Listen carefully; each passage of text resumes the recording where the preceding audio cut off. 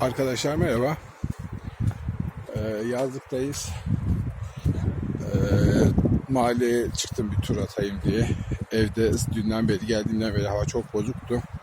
Dışarı pek çıkma imkanım olmadı. O yüzden dışarı çıktım şimdi. Şurada bakın 2 tane prefabrik ev var. Tur atayım, bir hava alayım istedim. Birazdan da zaten toparlanır gideriz. Çok güzel 2 tane yan yana prefabrik evler var. Bir ara biz ev bakarken burayı da bakmıştık. Bu evleri 2 tane yan yana. Bir tane tek tek tabii bağımsız, birbirinden bağımsız satılıyor bunlar. Ama korona zamanına denk gelmişti.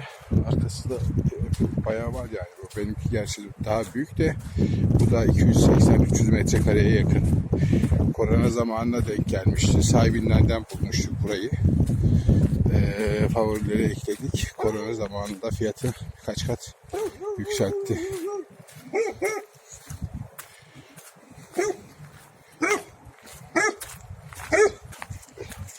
Ne yapmaya çalışıyor bu?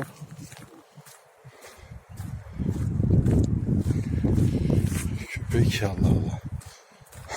Uluyup duruyor ama inşallah arkamızdan koşup gelmez.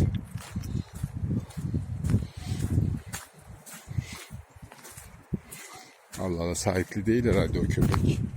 Adamla birlikte dolaşıyor gibi geldi bana ama değilmiş.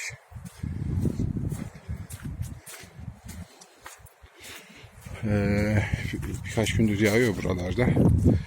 Şu anda da yerler farkındaysanız hep çamur. Bunların zaten en büyük sorunlarından biri şu altyapı sıkıntısı. Kanalizasyon zaten yok. Birçok herkes kendi foseptik kuyusunu açıyor. Orayı kullanıyor. Yollar zaten bu şekilde. Yani belediye bazen Instagram'dan falan takip ediyorum. Asfalt çalışmalarımız son sürat devam ediyor falan söylüyor ama zannedersem sadece türbinleri oynuyor. Ama bir bakımdan da haklı da olabilir. Ona da bir şey söyleyemem.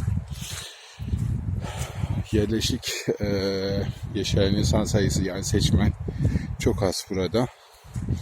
Ama yazlık olarak kullanan çok fazla. Yani normalde 30 bin civarında zannedersem buranın nüfusu. Yaz geldiği zaman 800 bini falan buluyor. Her 30 bine göre ödenek alıp da 800 bine göre hizmet vermek belki onun için de sıkıntıdır. Hava şu an güzel açtı. Şunları topladım ben sazlıktan az önce. Çok güzel bu tür şeyleri seviyorum böyle. İçeride bir saklı şey vardı, vazo. Ona koyarım.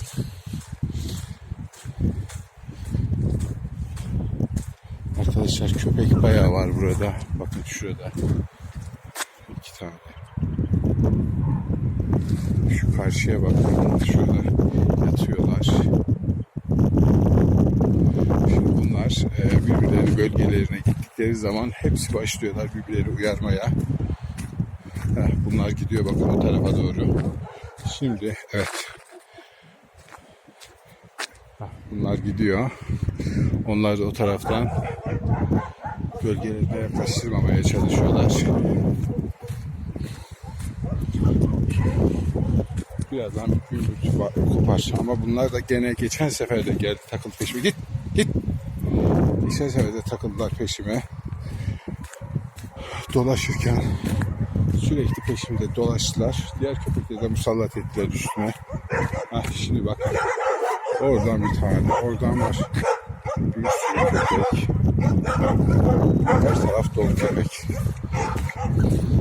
Yazın hepsi besleniyor da kışın beslenemiyorlar. O yüzden rastgele nereyi buluyorsalar saldırıyorlar. Arkadaşlar ben eve geldim. Eve bir gireyim. Toparlanalım ve gidelim.